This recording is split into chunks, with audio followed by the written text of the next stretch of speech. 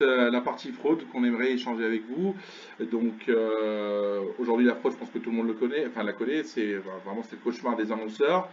On a ici indiqué quelques exemples de fraude. En fait, la première, c'est celle la plus connue, c'est l'utilisation des bots.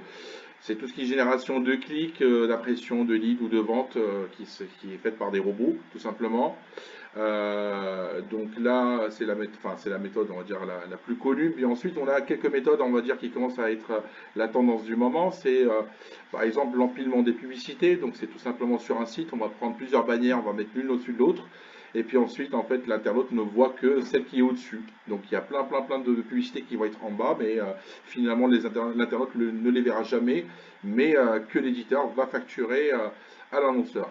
Troisième méthode, c'est le pixel stuffing. Donc ça, c'est tout simplement le principe de prendre une publicité et de l'afficher à la taille d'un pixel. Donc ça veut dire invisible à l'œil nu. Donc pareil, donc là, ce sont des publicités qui vont être affichées et facturées à l'annonceur.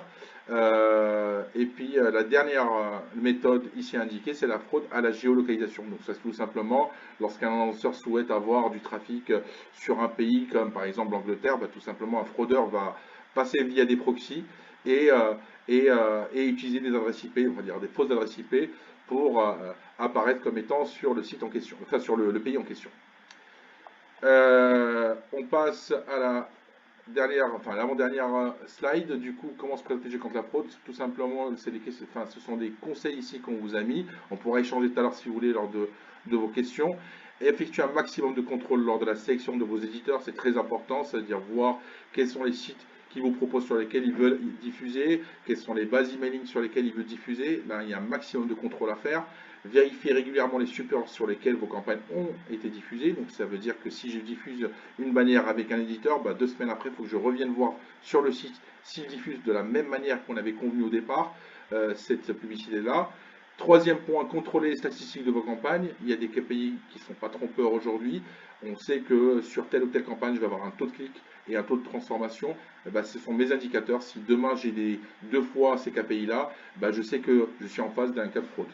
Dernier point, vérifiez les adresses IP de vos impressions, de vos clics, de vos leads et les ventes. C'est le meilleur moyen aujourd'hui d'identifier de la fraude parce que si vous avez des adresses IP qui sont identiques ou des octets qui se suivent, ça veut dire une adresse IP c'est 4 parties. Si la dernière partie et l'avant-dernière partie, vous avez des octets qui se suivent, des numéros qui se suivent, vous êtes en face d'un cas de fraude. Voilà.